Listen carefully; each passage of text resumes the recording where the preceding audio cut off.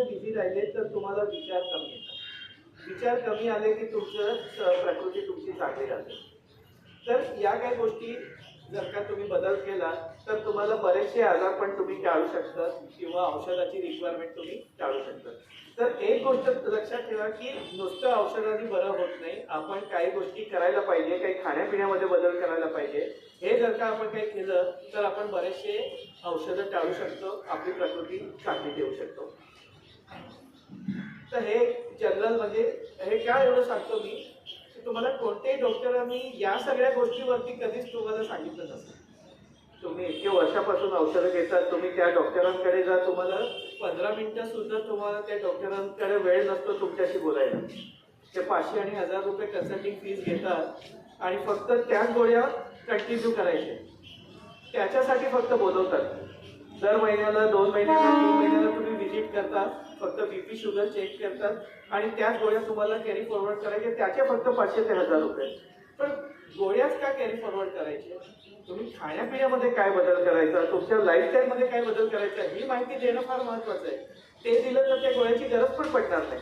पण जर का तुम्ही एखादी कंप्लेंट एड केली, मला पायाला मुंग्या येतात, एक गोळी वाढली, मला रात्री झोप लागत नाही, एक गोळी वाढली.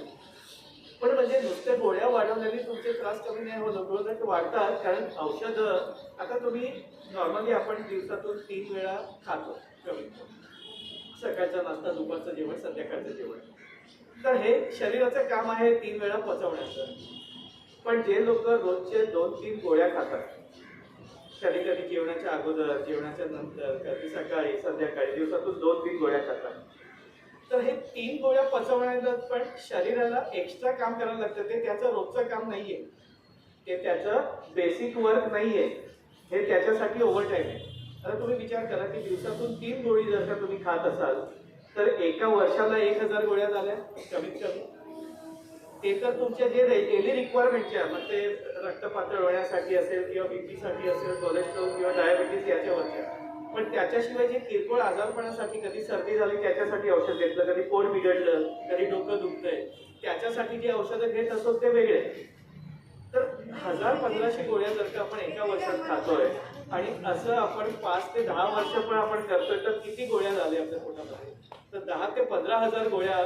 तर त्या गोळ्याचं पचन करायचं काम लिव्हरला करायला लागतंय, त्याला शुद्ध करायचं काम म्हणजे शरीरातून त्याला बाहेर काढण्याचं काम किडनीला करायला लागतंय आणि त्या सगळ्यावरती रक्त संचालन करायचं काम हार्टला करायला लागतंय.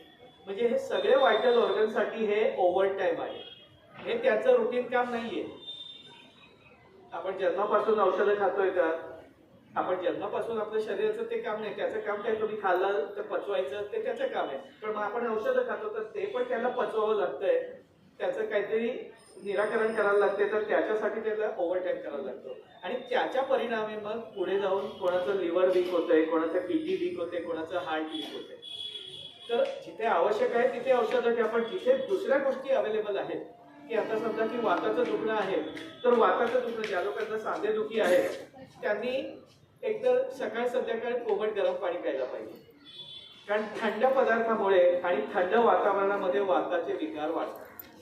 तुम्ही बघा, ज्या लोकांना सांधेदुखी आहे, गुडघेदुखी, कंबरदुखी, मानदुखी वगैरे, आता हे या सीझन मध्ये त्यांचं दुखणं वाढलेलं असेल. उन्हाळ्यामध्ये त्यांना बरं वाटतं, पण पावसाळा आला की थंडी आली की त्यांचं ते दुखणं वाढतं. तर वाताच्या विकाराला उष्णता पाहिजे. मग त्यांनी खाण्यासाठी सुद्धा थंड पदार्थ टाळायला पाहिजे. म्हणजे जे लोक फ्रीजच्या वस्तू खातात, फ्रीजचं पाणी पितात, तर सांधेदुखीवाल्यांना सर्वात पहिले ते बंद केलं पाहिजे.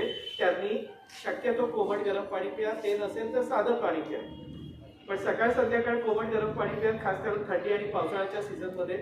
आणि इतर वेळामध्ये तुम्ही साधं पाणी प्या, पण फ्रीजचं पाणी शक्यतो अवॉइड करा. फ्रीजमध्ये ठेवलेल्या वस्तू अवॉइड करा. जेवढं थंड खाल्लं वात वाढतात. दुसरं, जिथे वृक्षता म्हणजे कोरडेपणा असेल तिथे वाताचा प्रभाव वाढतो. तर कोरडेपणा असेल तिथे वात वाढतो. म्हणजे त्याला ऑइलिंग पाहिजे, ल्युब्रिकेशन. आपण म्हणतो ना की हाडामध्ये कोलगेट कमी झाले, तर त्याच्यासाठी तुम्हाला ऑइलिंग पाहिजे. तर जिथे सांधे दुखतात तिथे तुम्ही तिळाचा ऑइलचा वापर करू शकता.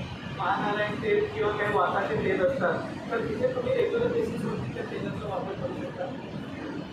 पिण्यासाठी तुम्ही एरंडल तेल घेऊ शकता. कॅस्टर ऑइल अर्धा ते 1 चमचा कॅस्टर ऑइल, त्याच्यामध्ये अर्धा चमचा म्हणजे जेवढा कॅस्टर ऑइल असेल एरंडल तेल जेवढं असेल त्याचा अर्धा सुंठ पावडर. जर 1 चमचा एरंडल तेल घेतलं तर अर्धा चमचा सुंठ पावडर. हे तुम्ही आठवड्यातून एकदा दोनदा वगैरे घेऊ शकता, तुमच्या दुखण्याची तीव्रता कशी आहे त्याच्यावर. आता कॅस्टर ऑइलच्या कॅप्सूल पण तयार मिळतात, कारण काही लोकांना ते कॅस्टर ऑइल प्यावं होत नाही, उलटीसारखं होतं, तोंड बिघडतं, तर ते कॅस्टर ऑइलच्या कॅप्सूल घेऊ शकतात. रेग्युलर बेसिसवरती तुम्ही तिळाचं तेल पिऊ शकता, खोबरेल तेल पिऊ शकता किंवा गाईचं तूप पिऊ शकता. म्हणजे अर्धा ते 1 चमचा गाईचं तूप 1 ग्लास गरम पाणीमध्ये तुम्ही थोडे दिवस कंटिन्यू घेऊ शकता. कोलेस्ट्रॉल ट्रायग्लिसराइड्स वगैरे साठी हा डॉक्टर सर्वात पहिले तेल तूप बंद करतात. तर तूप बंद, खास करून गाईचं तूप बंद करायची गरज नाहीये, ते बटर वगैरे बंद करावं लागतं. आणि डॉक्टर जे सायन्स शिकलेले आहे ते वेस्टर्न सायन्स आहे. फॉरेनमध्ये त्या लोकांना घी बनवायलाच येत नाही, ते लोक बटरचाच वापर करतात. घी बनवण्याची प्रक्रिया भारतातच आहे. आपण ते लोणीतून बनवतो, ते कसं करायचं ते आपल्याला भारतात ती परंपरा आहे. तिथे ते लोक केमिकल बेस्ड क्लेरिफाईड बटर वापरतात, तर त्याच्याने कोलेस्ट्रॉल वाढू शकतो. गाईचा तुपने कोलेस्ट्रॉल वाढत नाही, कोकोनट ऑइलनी वाढत नाही. मध्यंतरी आलेलं की तुम्ही खोबरेल तेल पिऊ नका, त्याच्याने कोलेस्ट्रॉल वाढणार. कोलेस्ट्रॉल प्राणीजन्य पदार्थातून वाढतं.